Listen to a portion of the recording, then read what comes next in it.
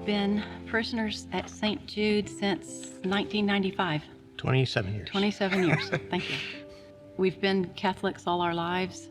It's who I am. It's how I live.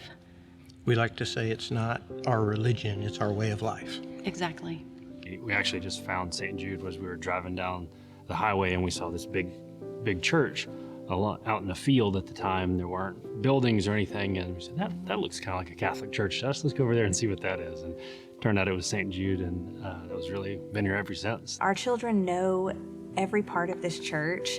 They know where the offices are. They know where the children's building is. This feels like home to them. But over the time and we've seen the transepts be expanded. We've seen the education building be refurbished, the courtyard, the bell tower go up, and there's just been so much growth physically that you can see, and it feels like our family's grown along with it.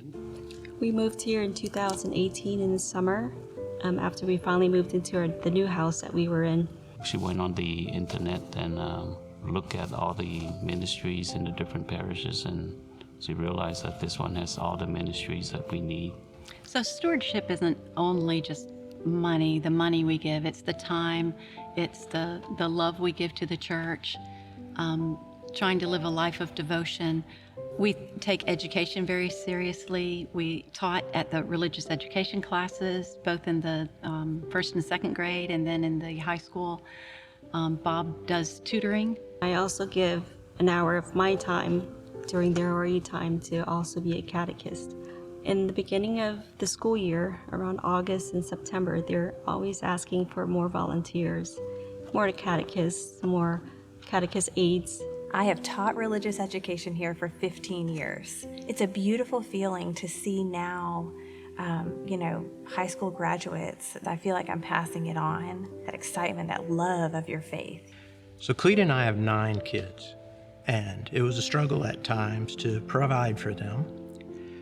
But we kept giving to the church the best we could, and we found that God blessed us immensely for that. Whenever we had another child, we would get a raise or a tax credit or a scholarship, something that would help us. And he helped us take care of them and blessed us always for whatever we did with our time and money to share.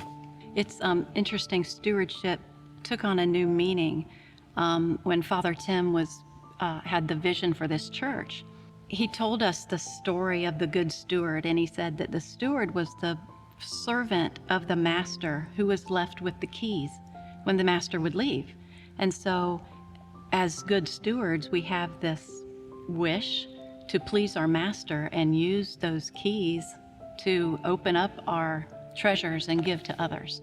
Stewardship to me is a sense of responsibility and an obligation in a way that I feel to God and to my faith, that I've been given so much that I feel an obligation to give back to the parish. As we've gotten to be more ingrained in this parish, it's begun to feel like a family, and you realize over time that you have to take care of your family. Coming from Vietnam, we pretty much came over, pretty much empty-handed, and we made it all the way to this point where we can give back, what God has given us. The church is just like any other organization. It needs financial support to run, because you have to pay bills every month, and you don't know where that money's coming from. Just like in a family, you need to know that there's a steady income and you can make a budget and plan. So we shared stewardship with our children from an early age. When we used to give them allowance, we encouraged them to tithe that money, save some of it, and use the rest for what they wanted for. But we always emphasized that God was first. In a way, the children have learned that and are using that now as they get older and they have their own families. When it comes to kids, we don't really give them like a allowance, but I try to teach them the importance of giving by giving them the envelopes and let them be the one who put it in. They do that every week, and so hopefully when they get older, they would do the same thing with their own, resources.